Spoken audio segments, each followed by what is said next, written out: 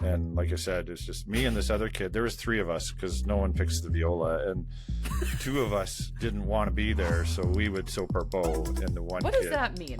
Soap your bow. Soap your bow. You'd run it, literally put a piece of soap and you run it along your bow, so that when you play, it makes no sound. So we sit in orchestra and then they go, all the viola is solo. With three of us, two of us aren't playing a note.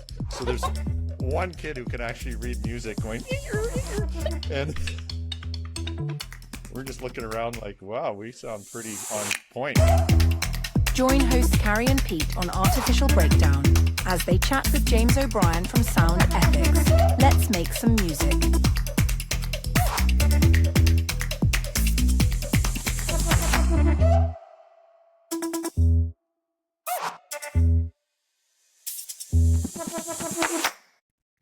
Hello, James. Welcome to Artificial Breakdown. We'd love to welcome you to the show.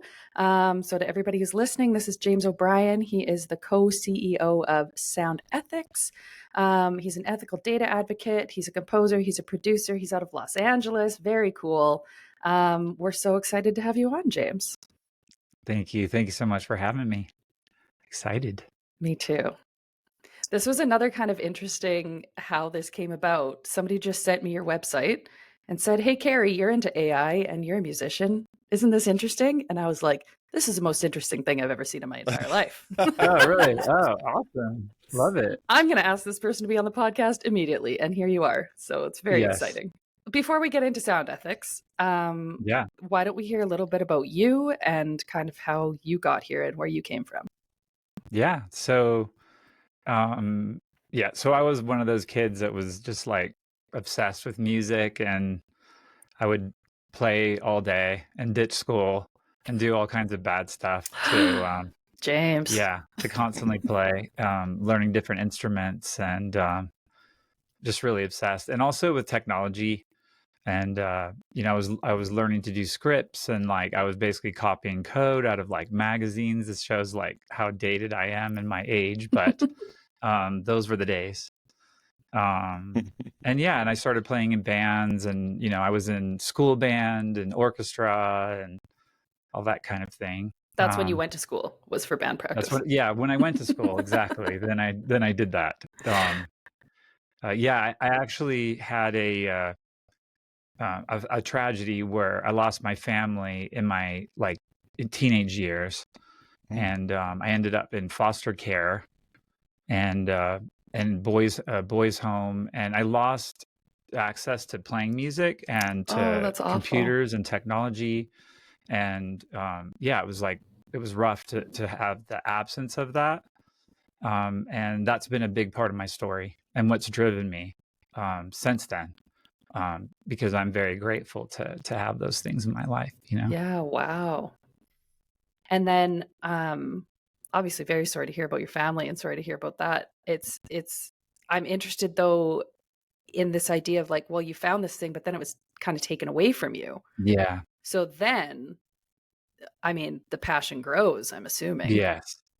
It was much more intense. Yeah. That was kind of, I don't know if I really put it the right way. I was trying to figure out how to articulate it, but the absence of something, right? It's that there's so many like song lyrics that are that way. It's like you don't know what you have till it's gone, kind of thing. And I did have that, actually. Like I was really involved with bands at such a young age, and playing in multiple bands, and I was already just in love.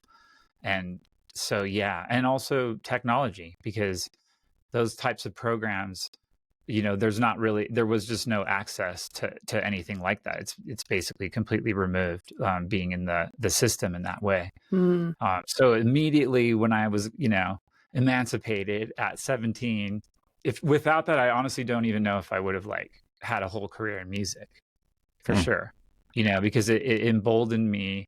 I was immediately on tour with a band before a year, even though I was living out of my car, and I was immediately just in a band, and then multiple bands, and then I just was went to Hollywood and started going into agencies and film studios. I do music, just all totally stupid, but it worked. So I went was actually a PA. That was it. I was a PA at a photography studio, is what it was, Sorry, a PA and being like a production assistant. So I was like okay. running. I'd only been doing it for a few weeks, really, and I was then like working on they were doing a commercial shoot for Pepsi, and I just like went up to the director and was like, I'm actually a musician and I don't know shit about like art direction, like which is I was doing like props and things like that. And so I just asked him if, do you think I could like do some music and give it to you? And you have no, there's no obligation for you to like use it or whatever, but you could just consider it. And he was like, yeah, sure. And so I, recorded a thing and which is like it was sort of a house dance. It was like these kids like partying in an elevator, so it was pretty music driven, and I landed the gig, and Wow. that was it. I was within a year. Had many commercial jobs like that, all built off of that one little thing, and like, that's what I mean. Like I don't know if I would have had. I was so like just determined that what I mean, to just walk up to him and just say something pretty bold. I think that's kind of what it takes. And there's a fine line before you're annoying, which I probably like, you have a lot of gumption. Like that's a pretty bold thing to do at 17, to just be like, yeah, I listen to my stuff. Yeah. So James, what are we talking about? Were you playing keyboards, singing? Were you playing a guitar? Like what were you doing? All of it? Well, yeah, there I wrote and produced the whole thing, recorded it, played the instruments. I actually went to this little studio, and this guy Victor, really awesome producer, worked like on like Parliament and like 70s funk stuff. So it was kind of perfect for what I was doing, and he engineered it, and that because that was still new to me, and I learned a lot from him, like in the process, and played the instruments, and then so like the thing with AI that's so interesting for me is that the way that I was able to have that career like explode is because I was at this disruption of digital music. You know what I mean? Like this was like this transition period of composers and stuff that were used to, like, you bring all these players in and you got analog tape and it takes days to turn something around. Whereas I just had a Mac computer with, like, you know what I mean? And I was just doing it directly in the computer, and it was tough because the computer could barely handle it, but it enabled me to I had this like little nickname of drive-through music because people could give me stuff, and then within, like, by the end of the day I'd be like, here you go, here's some things to check out. Wow. And it was that period. It was really funny because I remember, like, everyone was moaning like, yeah, the budgets, like, you're killing the budgets. Like, I was hearing from other composers, and I was like, it was $20,000. Like, for what do you, like, that is so much money. Like, it was 30 seconds and it was $20,000, like, insane amount of money. And they're like, yeah, well, it was like 30, 40,000 before. You know what I mean? It's like, right. So, those were the days. Yeah.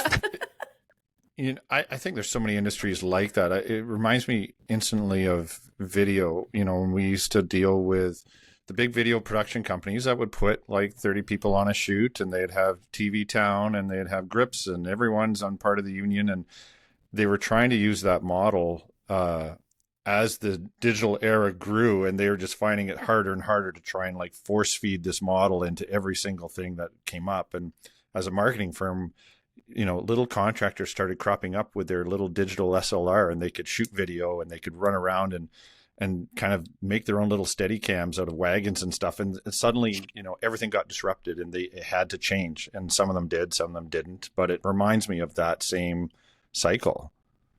Exactly.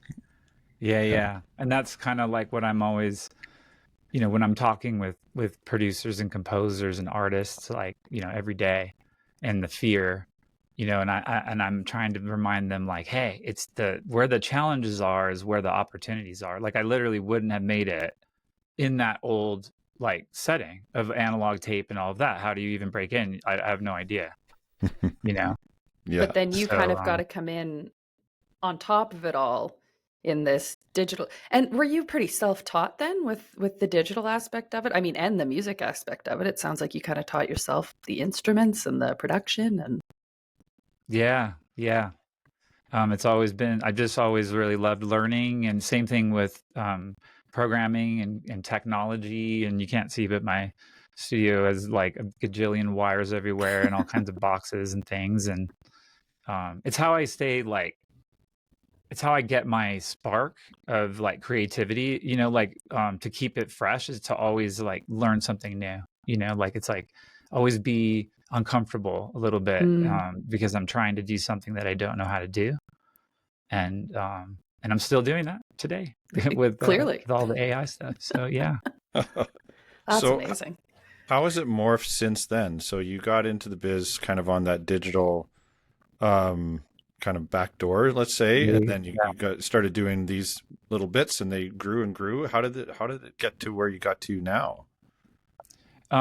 Yeah, so there was quite a few things that went through those decades of the 2000s, but I started a commercial music company. Like it grew basically into a commercial music company where I built studios and several studios out in Santa Monica. Oh, wow. And got a little larger where we had multiple composers and producers, and went through, so it was like our primary bread and butter was ads. So, it was me. I'm very familiar with ad agencies and got really comfortable with that. Spent a lot of years going into ad agencies and working with creative teams. That's unfortunate for you. Yeah. I think that's great. There you go. Which is exactly how I would say, like, depending on what day, right? It'd be like, Right. yeah, I gotta go to some Totally. agencies, and then other days, like, it's pretty cool. Like, there's some nice people there. So yeah, so everybody transitioned eventually. I would say that was around 2005, maybe somewhere in there, where it was then the definite norm of everything being done digitally and using the internet instead of tapes. And the SAG strike in what was like around 2008, 2009 really disrupted things. It shut the whole music industry down, essentially. I mean, sorry, the whole everything, all of entertainment, right? They weren't shooting ads, they weren't shooting TV episodes. That I think it was like a year or something like that, where there was just nothing in production, and that was a big shifting point for sure. And obviously, around there was a big downturn, in the economy, and so there was a lot of adjustments. For me, I decided, that I got into doing advertising and commercials because I felt like this was going to enable me to work on projects I really wanted to work on. And that was around that time when I realized I'm spending all of my time working on these projects to keep the overhead up, to keep the studios filled. And so I used that opportunity to actually build a studio up in the mountains far and away. And I've actually been up here ever since. And it's been fantastic, where so I stopped doing kind of like the bigger studios and bigger teams and focused more on individual projects. That sounds very peaceful. Very nice. Yeah, I'm like a bit of a hermit until recently. Yeah, there's many years that went by. Yeah, you need one of those. What are those big long horns that you can blow at the top of the mountain in Switzerland? Is it? Like a big, yeah, what do they call it? It's like a giant bugle, basically. Yeah, totally. A Viking war war call. That's how you start your day every day. Yeah, I love that imagery there. Yeah, perfect. Exactly. So let's talk. I wouldn't mind talking a little bit around, because when you think of disruption, that was the first one, right? The digital disruption. And then I think, when you think of the poor old music industry, at least from an outsider perspective, it feels like it's gotten blow after blow in some ways. Like last time we were chatting a bit about Napster, maybe the beginnings of seeing that disruption to the, good old album in the music store, how the things have changed so much for the artist. Do you mind just touching on that a little bit? Because I think you had a really great perspective on it. Yeah, absolutely. I mean, people don't realize it usually, but like the music industry, like we have a really long-standing history of this pattern, like for literally over 100 years, like when music was first starting to be transcribed and then sold, like sheet music being sold, then it was like that was where it really began, because it was like, well, wait, you can't just like print my music and sell it and not give me any money. And then it became radio was that way, same thing. Oh, I bought the record, why can't I play it on the radio? You know what I mean? It's like I paid 20 cents for this. Yeah. You know, and it became that way with tapes, and then their digital sampling, and obviously Napster, and then digital streaming revolution, Spotify.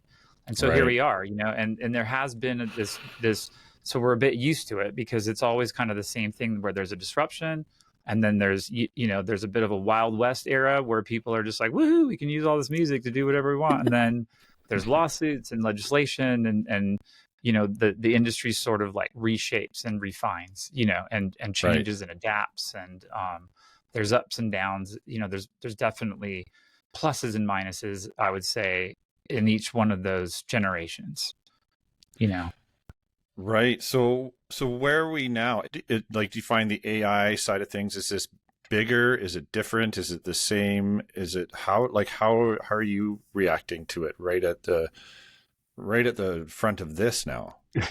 Yeah. So yes, it's definitely different, right? So this is like a massive game changer on a different level. So even though I'm like, oh, well, we're used to it, and you know, it's like, okay, that's what we tell ourselves. Like even when I just did a roundtable and that was our whole thing, rock paper scissors. We're like, yeah, we've done this. You know, we're ready for this shit. And then I'm pretty sure we all turned our cameras off and we were like, oh boy, I don't know. I hope we're wow, okay. everybody else seems ready, but I'm not ready. Yeah, exactly. Opening up LinkedIn. Yeah. Exactly. Yeah. I mean, there you go, right there. Like I didn't use LinkedIn until, you know, like maybe a year and a half ago, somewhere around there.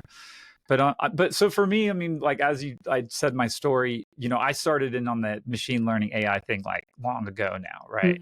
So, you know, I started training models and got deep in Python machine learning stuff for years. And so I was all excited and feeling like this is the greatest thing ever. Like, look at what I can do now with my studio. Like, this is ridiculous. I can kick songs out in like 20 minutes. And, you know, I really saw that this was going to be the thing that was going to democratize like music and make it like where anybody could, you know, and that this is going to like open up new styles and genres. And this is fantastic. And a couple of years ago, I was talking to my brother-in-law about it, and this is so cool. He's a musician artist in England, and he's just like, that's really scary, you know. Like that was his reaction. I was like, that's your reaction? I just told you like we could write so many songs so fast. He was like, yeah, it's pretty scary, you know. And then I was like, wow, everyone I talk to is basically like, that's really cool, but that just scares me. What you were able to do is quite frightening. And so I completely pivoted off of all of that and took that head on. And it was real, I can remember the moment very well. You know, it was realizing like, he's right. This is I kind of being like, oh no, you gotta, like I was saying earlier, like this is the change. Like this is where you get in front of it and you grab it by the horns and you use this as an advantage and it's an opportunity. But realistically, I'm at a different point in my life now too, where it's like, yeah, all these artists that we're working with that are like, they're not going to necessarily be doing that. And how are they going to survive? And that's actually what, and that's how Sound Ethics began, is those conversations. How are artists going to survive? And specifically, it became artists, by the way, like as in musicians, composers, producers, because there's other organizations that are fighting for the music industry as well. And our focus is, you know, we are definitely wanting a healthy music industry ecosystem, but because my experience is as a non-famous, just, you know, working producer, composer type, that's what we're after, essentially. Right. And I mean, you just feel like the perfect person to be leading a charge like this, because like you said, it's not like you're an artist who saw AI come up and were like, oh, we need to do something about this. You were somebody who already had your hands in both sides of it. You already knew machine learning. Like these words weren't new to you like they were to everybody else in 2020, like when all of a sudden this all started happening. And or this public era of it, I should say. So yeah, I would love to hear a bit more about obviously sound ethics, but also I'd love to hear how is it that you actually use AI in your music making? Like how does it where does it come Yeah. in? Yeah, so that's one of the projects that we're actually like one of the new projects we're doing is this AI music incubator where we've Hmm. partnered with a whole bunch of AI music companies that create different types of AI tools. Some of them completely can generate you a song with the lyrics and the voice and everything from scratch. Other ones are entire systems that have AI tools kind of like embedded in them, and then there's a lot of like little standalone tools. And yeah, so for me, like that's like the fun part because there's no real like set workflow or anything right now for that. Like there's no process that everyone's using because there's so many. It's how it is with AI. It's just like every day it's like, oh wow, there's like a new thing like that. What can you do with that? So yeah, we're exploring that. And I would say like one of the like maybe main things that we'll start seeing is where, like in our case, like we'll write songs, with my talented songwriting partner Keely Hawks, by the way. And we'll start with lyrics, we'll start with a melody, we'll start with chords. Like we'll do that. That's kind of like in our from our perspective, that's a little bit taking the fun out of it to rob that part. But then we Yeah. take that and we use AI to like augment and add different parts. And a lot of those we end up actually even re-recording. Like so for us it's more of a like an exploratory tool. Like with writing, like it's actually the analogy to writing is really good. Like, how it's like you can have it kick out an article, but realistically, how you use it day to day, you maybe it shapes something, you give it some stuff, you're going back and forth. It's actually really the same. You might even have it generate an audio idea from scratch, and then you're like, well, if it was like this, and I think it depends on your abilities. I mean, for me, it's different, obviously, because I can just oh, well, let me like that gives me an idea. I can use a little bit of that, but I'll re-record this and I can quickly re-record and change it. And so it was more of just like a muse, you know? Hmm. But then of course you had the other end of the spectrum where somebody could just entirely do it in AI too. James, like I'm assuming that the final output for a lot of these AI models is make me a song, right? Like put in some prompts, it generates music for you. If they're not sampling like artists and songs, is the idea that they get permission to pull these songs into their learning model, or that they're only pulling old songs that are past, like I think is what is it, 100 years or something that you're allowed to 50, I use think, royalty yeah. free, or they're supposed to make their own? Like where are they supposed to source all this stuff? Yeah, so that's like really the heart of sound ethics and kind of how, because being like a machine learning engineer like myself, it's like frustrating because there isn't like access to the data. So Mm. like, like I actually don't personally blame at all the unethical, as they would say, AI companies, because like, I mean, this is shit that's like from when we were kids and we would like think of sci-fi.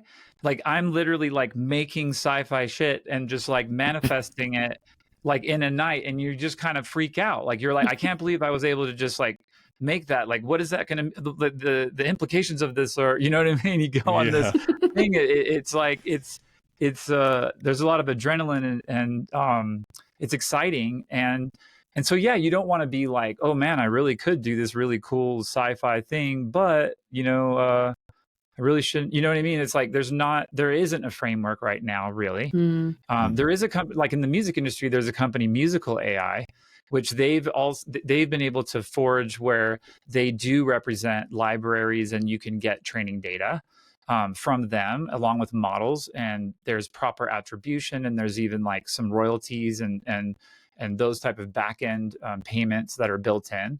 But it's still early days. A really big challenge in music is that like a lot of the songs that I'm on, there might be like 8 songwriters, and then you have like 4 publishing companies, and there's like all these different versions in different languages, and then you have all these different versions by different artists of that song, and then some of them augment it. So like the music rights is so complex, and to get everyone's permission and try to figure out like a framework of how it is that we can get everyone's permission so that we can make money on it and even allow the licensing is a massive hurdle. And that's basically where we're at now, right? And so at Sound Ethics, we partnered with universities, and we're working on research projects in the data science departments at universities, focusing on these exact challenges, trying to really go after the hard stuff like that. And this is something that we see in every industry right now, because it's the same thing where the publishers are winning. They're starting to win these lawsuits where it's like, hey, now that you have to pay. You know what I mean? Like maybe the Associated Press to have access to, or to those articles to be able to use those. But of course, as even though there might not be 8 authors and publishers like within an article, it's still very difficult and complex to deal with the attribution of who wrote and owned what, and right, because publications use so many different writers. I see it. It's in a lot of different industries. We're in the same boat. Mm-hmm. Can we talk a little bit about Sound Ethics? How did that start? Like, is that you? Or is that you joining a group? Like, how did that begin? Yeah, that's a good question. So my business partner, who's my co-CEO, is Richard Blakely, and he's been a developer and had multiple companies, as well as he currently has multiple AI companies.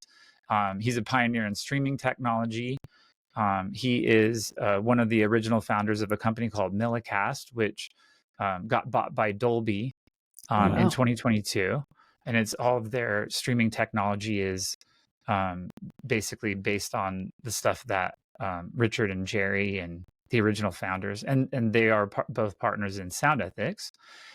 Keely Hawks, who I mentioned earlier, my songwriter, is the head of like education from the standpoint of working and because she works with up and coming artists and does artist development and does like singing vocal production.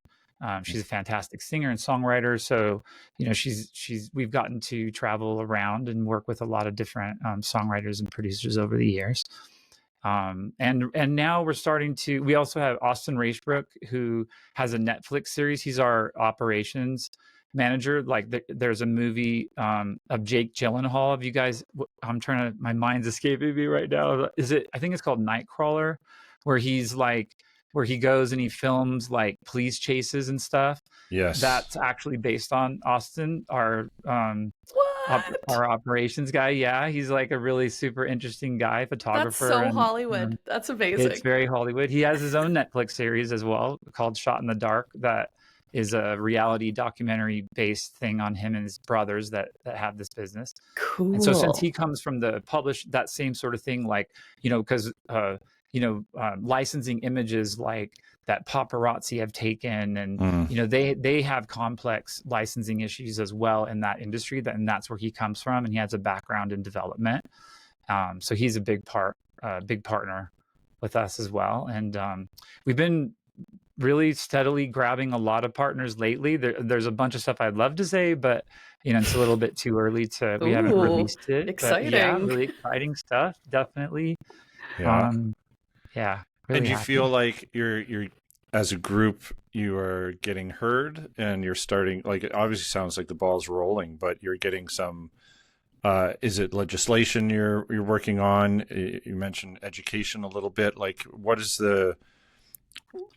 the tips of the spear for you guys? Yeah. So it was advocacy, as like I said, in the EU AI Act, I was, constantly sending in annoying letters to them and trying to force my opinion into the discussion, and also the California Transparency Act, and also the U.S. Copyright Office. But it's been a little over a year now where it was like, what can we do? Like, I don't want to just be petitions, because there's other like organizations as well that it was like they made an even better stink about it, with like Billie Eilish and Christina Aguilera coming out, and it was kind of like, okay, cool, this is awesome. Like now there's like, some education in the general public, but we want to get into some action. And in all the deep research that we did, the solution for us is in education. And the way that is that we're working with the graduating classes at universities and their data science departments by like working with them. Like, so as I mentioned, those research projects that we're doing, but we're also like instilling best practices, right? So we basically said, look, like even if legislators and all of that, if we just like, what can we do that has nothing to do with them? And that's when we realized, well, the education institutions, I mean, they're the ones that teach like machine learning and data science and data engineering. And every educator I've spoken to completely agrees with, there being attribution. And I mean, that's the way it works in research, right? Like they'll release research papers and they're like, here's our code and here's our findings. And then they'll have all these citations, that's not necessarily, it's funny saying this now. I'd actually like to know, I don't know whether that's actually law or not, but certainly like you wouldn't release a research paper and expect to get published without having attribution of your sources and what I mean, where you got your information from.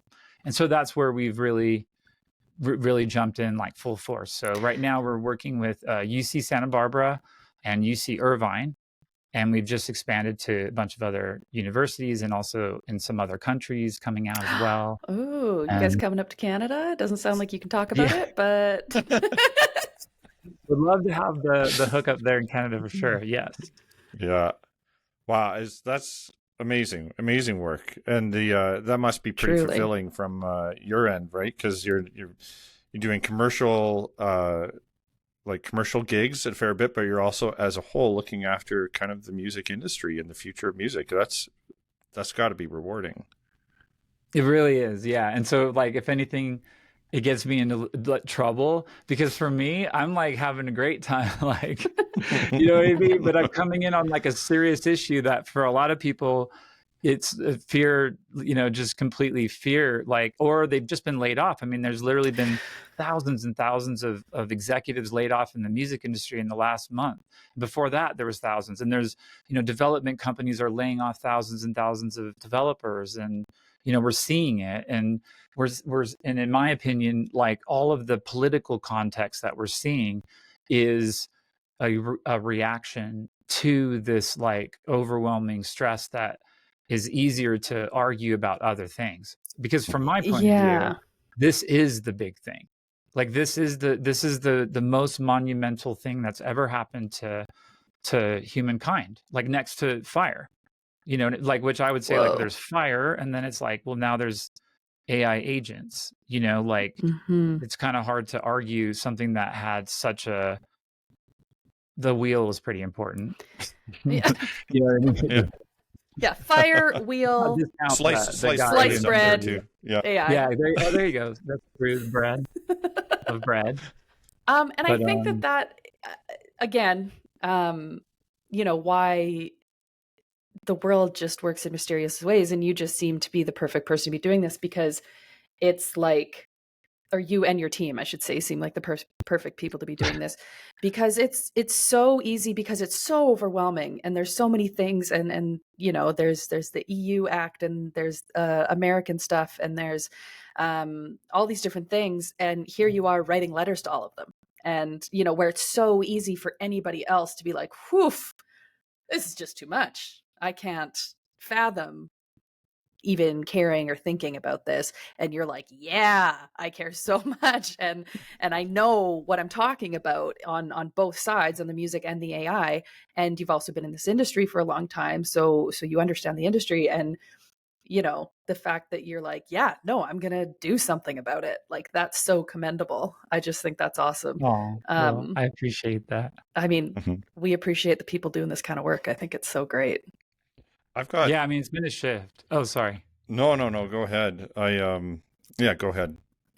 No, I was just going to say that, like a year ago, I wasn't quite as like amped up, you know what I mean? Because it did feel, and 2 years ago, like it was really daunting, and it was really daunting. There's many days that Keely and I would just be like talking till the middle of the night. And it's just like, it felt like every time we'd be like, well, we could try this and do this, and then musicians could make money in this way, and then artists, and then there's royalties, and and then it would be like, wow, the cost of like facilitating the licensing will be higher than any Yeah. like income coming in without like Mhm. all of these other things. And how do we implement this? And it was hard, Yeah. It's interesting. My son just started a band. He's 17. And Carrie, I know you're in a band too. I just like, what would Oh, be your advice to someone who's just getting out, knowing that AI is part of their existence now and possibly the next era, right? So what would you say to those people? well, I mean, in those cases, because you're both saying that you're saying that both your son and Carrie play in a band, and like to me, I separate a little bit like from what I'm doing in the studio, right, and producing music that then goes into films or whatever it goes. As the band experience, like my experience, like touring and playing in bands and being an artist myself, is like in my mind it's a little bit compartmentalized, like in a different zone, because like I feel like we're really safe in that respect, like that's that connection of people enjoying live music and a band, you know what I mean, like a bunch of people playing together is, as far as I'm aware, I mean, we already have like artists that are augmenting their live performance with AI and doing some really cool stuff. Actually, the guy from Beethoven does a lot of that. But yeah, we still, it's like, oh, thank you God, like we still have this organic, like you get together with your mates and you jam and you play really loud and you don't really care if you suck and you don't care if anyone's like listening even, and you know what I mean, like I can see Carrie Yeah. smile Oh, right it's now. the It's best like, feeling. It's the it's best the feeling. best And like feeling. It's the literally best. nothing could ever take that away. Like there's Exactly. nothing that can replace that. And maybe you're jamming and you come up with this cool song, and like you said, maybe in the production process afterwards, if you are producing the music or if you're not just jamming and you're making songs to record, then it kind of comes into play there. But hanging out with your songwriting friends around the campfire, just trying stuff out, I mean, that's the best. It's the best. It's the And best.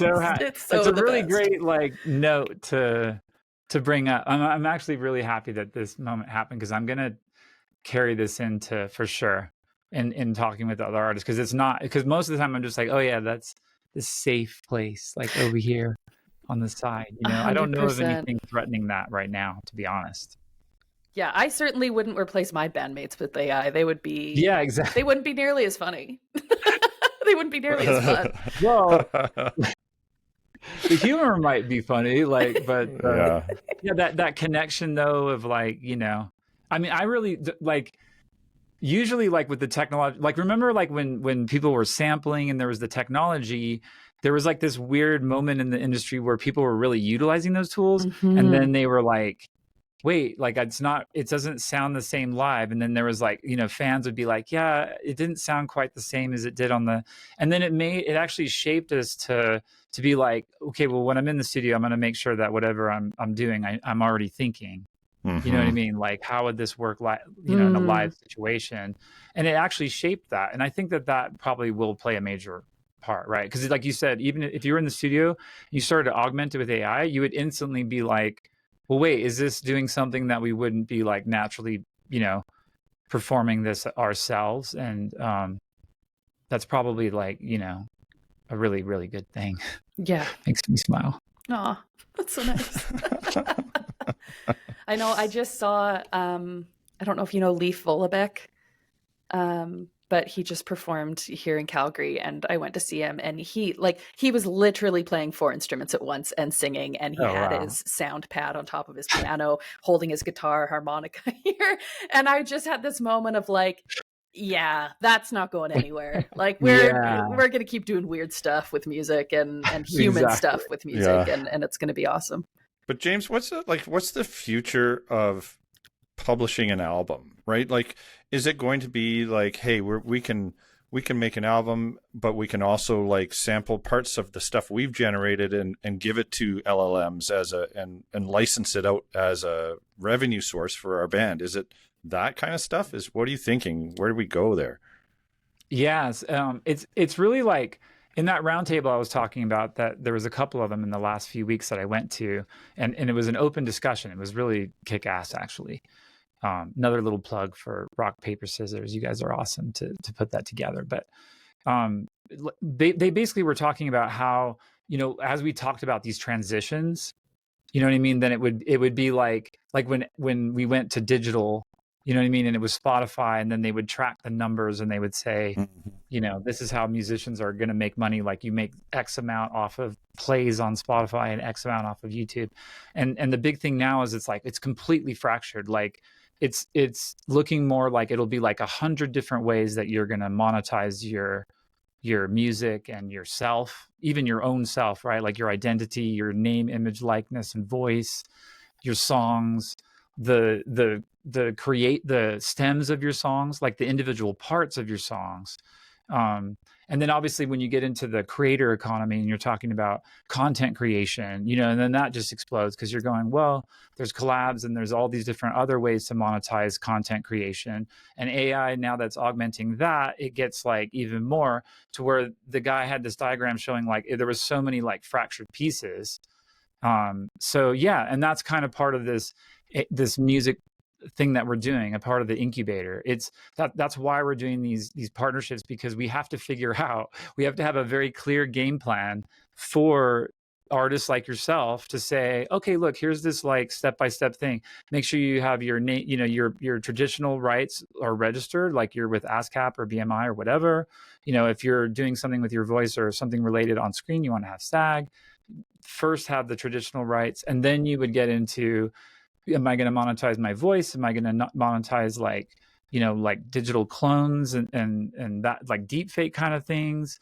And, and that's new. That's what's new. And that's what the industry is like, and there's and that element of the creator economy, right, is so big, where you say, well, our like people listening to the music are now taking part in, so it'll be a little bit collaborative between you and your fans and other people. I think we're going to see a lot more stuff where, like, imagine you release a song and the style is like indie folk or something, and then it's just like, but then all over online it'll be like, well, it's the same song, but this version's like heavy metal, and this is a jazz version of it, and this is Mandarin opera or whatever wacky things, and that would even be kind of humorous, right? If you were like, I kind of recognize this weird sounding like Chinese opera thing.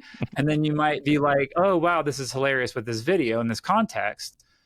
But of course we go, wait, who gets paid in that situation? So that it's still some hurdles. But I think, yeah, in the future, it's going to be like you kind of have all these little like micro markets that you're micro monetization, and AI agents will probably play a big part in facilitating and collecting all of your money. I was going to say, if we could just have an AI to do all of the, do all the credits and do all of that stuff, that's the worst part. Yes, in my opinion, it's like, oh, I forgot to put this song into this thing. Yeah.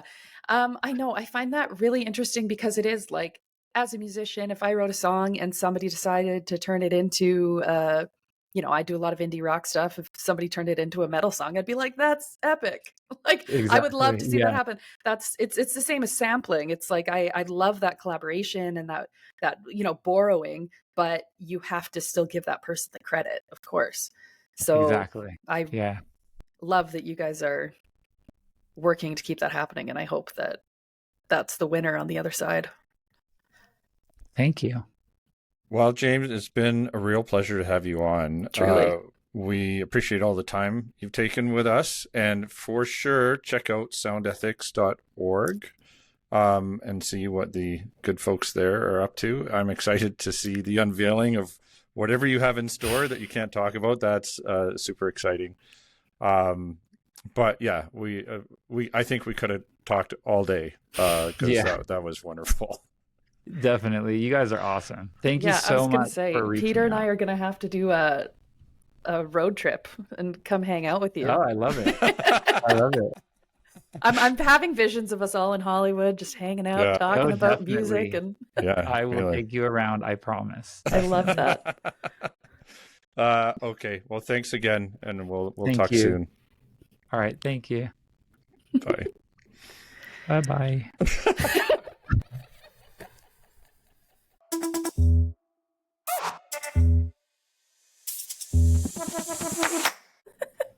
Wow, that was pretty amazing. Pretty amazing. Yeah, I'm so glad we got like this.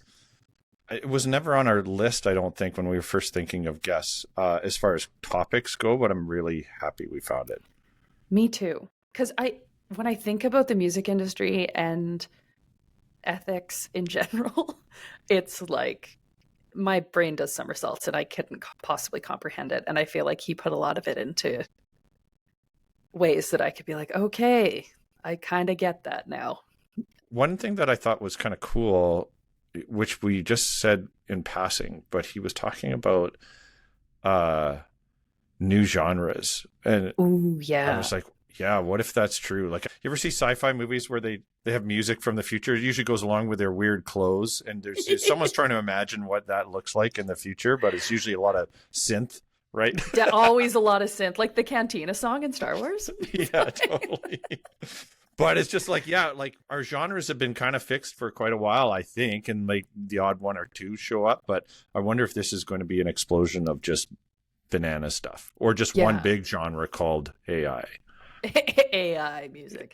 And there's so many more people these days who it's like, oh, I'm not in a genre, I'm genre bending, or I'm genre exploring, or genre whatever. Oh, right. And I think there's going to be more of that, but maybe they'll come up with some names for it. Maybe it will be country rap, you know? Right. God help us. I mean, there's some of that out there.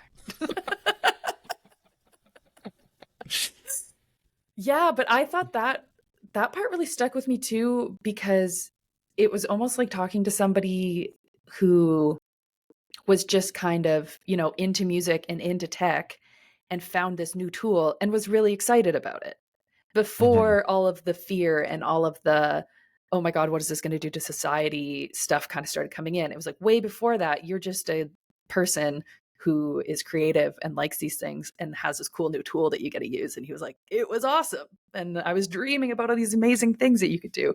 And that's very cool. Yeah, what a story. You come in from an orphanage, essentially, to leading the charge on changing the future of music, literally. No kidding. And being still one of the most humble people ever, obviously agreeing to do a podcast with us for some reason, right? Like it's out of the blue. Yeah, what a cool person. And it's such a neat way to meet people like this now. It really does make it feel like we're onto something here, which is kind of cool. Yeah, I agree. And I think it's interesting, we're starting to see some themes between all of our guests and this idea early on where he talked about like, when he was a kid and he just liked to play music, it goes back to that idea of play that we just talked about in our last episode and how important that is and how that's what really gets you attached to something. And it's like, yeah, nobody told me I had to have music lessons. I just wanted to learn an instrument. And you're like, cool. No wonder you love it. You wanted to do it. Well, and just like Nicola with graphics and this now with music, is this thought of like, hey, IA is really helping with ideation, but I need to either redo it or put on the final touches on it. But it's helping me think of things or listen to things that I would never have ever imagined, which is pretty cool. It's very cool. Yeah. And also I feel like we're meeting people we never would have met. This is pretty cool. This is a pretty good idea. Speaking of super cool, we got something coming up, don't we? Yeah. Peter and I are going to be at the Adventures Conference. It is from May 21st to 23rd, 2025. And we're going to be there with Artificial Breakdown as your official podcasters. Which is very going to be live, which is maybe a first for us. So I'm going to need a few extension cords, I imagine. Yeah, that should do it. Yeah, bring my soldering kit. Yeah, hopefully it goes well, but it's exciting and it's very kind of them to invite us. Adventures is 3 days of groundbreaking discussions and networking, and it's kind of a fusion of technology and humanity, which is obviously Artificial Breakdown's whole thing. So Should be a wild ride. Get your tickets. Okay. I'm gonna stop this. See you in a sec. That's a wrap for today's breakdown. If you have any thoughts or questions, drop us a comment or message us on social media. If you enjoyed today's chat, why not subscribe so you don't miss another episode? Thanks for tuning in. Stay charged out there.